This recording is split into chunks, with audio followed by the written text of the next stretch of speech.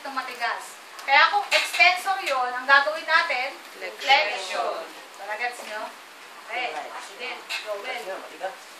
Dito muna tayo, di ba? Cephalocaugal nga. So, unahin natin ang shoulder. So, puro supine muna tayo. Tatlo na yan, ha? Supine, side-lying, and prone. Okay. So, how will you perform increase shoulder flexion? Kasi ang tight muscle ay shoulder extensor. Yes. Hand placement, ha? Yung kanina medyo kulang-kulang lang yung ano, medyo hindi lang ano yung iba sa paghawak. Okay? Pwede kong iganon yung ano niya. Yan, this one. So, lahat ng mga joints na malapit doon, yun ang poprotektahan natin, doon natin ang hawakan. Oo. Hindi mo hahawakan yung ano, yung kanyang dito. Kasi iba dito hinihila. Dito nyo yung hawakan. Okay? So, ngayon, saan ka nakahawak ng isang kamay mo? Saan yan? Ito kasi. Diba? Pag ginanon mo siya, nakahawak ka dito. Scapula. Sa scapula, bakit? Kasi pag ito lang, hinila mo lang ng gano'n, hindi effective ang stretching. Bakit? Kasi sasama yun. Ni-stretch natin para ma-isolate yung movement at the same time yung specific na muscle group. Okay? So, paano yun?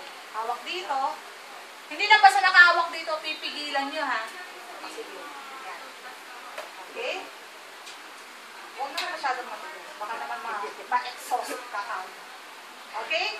Tapos, di ba ginagano nyo matigas? So, habang inaano nyo, parang feeling mo hanggang dito na lang, huwag nyo lang pilitin. Kasi ma-overstretch nyo, di ba? So, baka mabalian. Okay? Pag hanggang dyan, bilang na.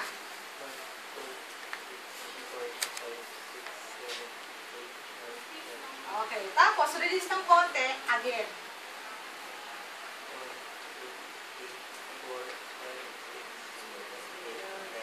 So, sa practical exam, dahil demo lang naman yan, ang magbibilang caregiver. Para lang alam ko na nagsisimula na siya. Pero sa actual, pag nag-ano na kayo, yung client ang pabibilahan mo. Okay? So, dahil ngayon, demo lang, caregiver ang magbibilang. Okay?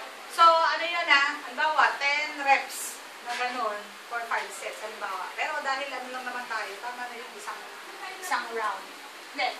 Bali ang ano yun, dalawang beses. Dalawang gano'n. Okay, so nagets nyo, ha?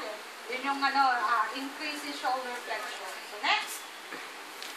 Sige, sunurin nyo na lang yung drawing. Ay, nakapronog muna.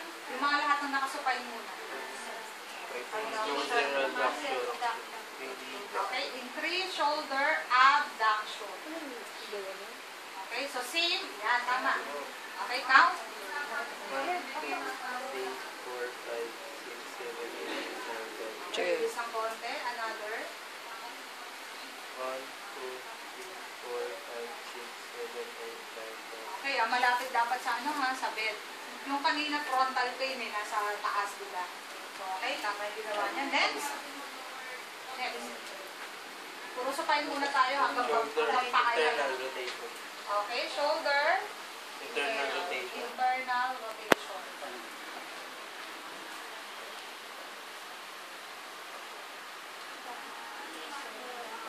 Hindi. Diba, pag rotation nakaganto, diba? So, iyan, yan. Sige. Count. 1, 2, 3, 4, 5, 6, 7, 8, 9, 10. Sige, Joel, ikaw na lang magbilang. Marami. 1, 2, 3, 4, 5, 6, 7, 8, 9, 10. Okay, next. Increase external rotation. Pabaliktad naman. Dito naman sa kabila.